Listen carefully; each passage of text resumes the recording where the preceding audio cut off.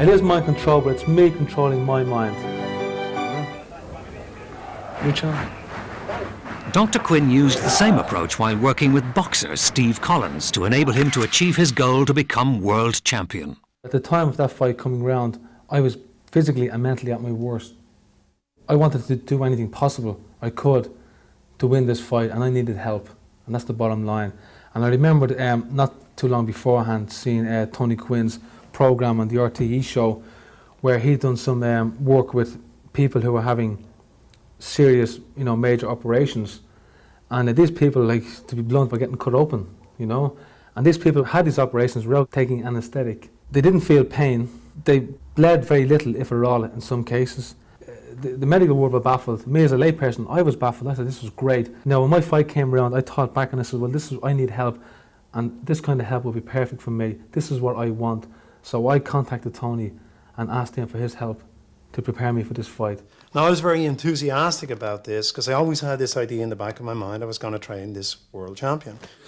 Basically, I'm prepared for this fight better than I've ever prepared for a fight in my entire career. Mentally and physically, I'm ready. Now, the thing you need to understand about Steve is, when I worked with Steve, he was an incredible mental athlete, but he had this amazing capacity for unconscious attention. He wasn't only a great physical athlete, and fearless, I might add. This guy was afraid of nobody. Champion of the world and challenger for the title from Dublin, Steve Collins!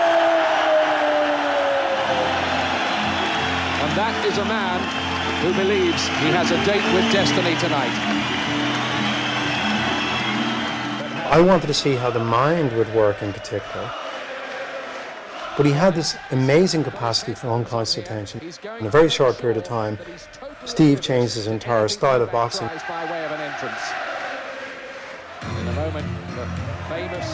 Defending champion Chris Eubank was his opponent, who had remained unbeaten for 43 fights. Unbeaten in 10 years and 43 contests.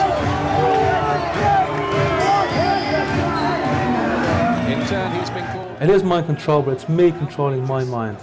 There's nobody else controlling my mind. It's me controlling my mind. It's me doing what I want to do, not what I am instructed to do. Collins did not even hear his own ring introduction. Now that's Dr. Tony Quinn. Now he says... Steve always believed he was going to win. But what we attempted to do was put in this program which totally convinced him with all his being that he was going to win. And as a result of that, Steve was he was so certain. The only way I can describe it is he was certainty itself.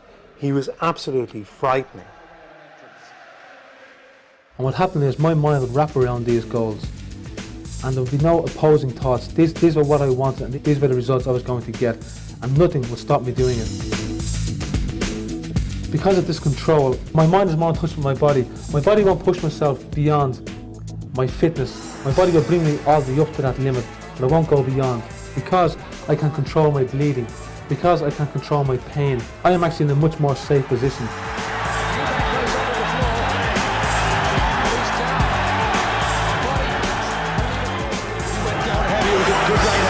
But was that a massive turning point?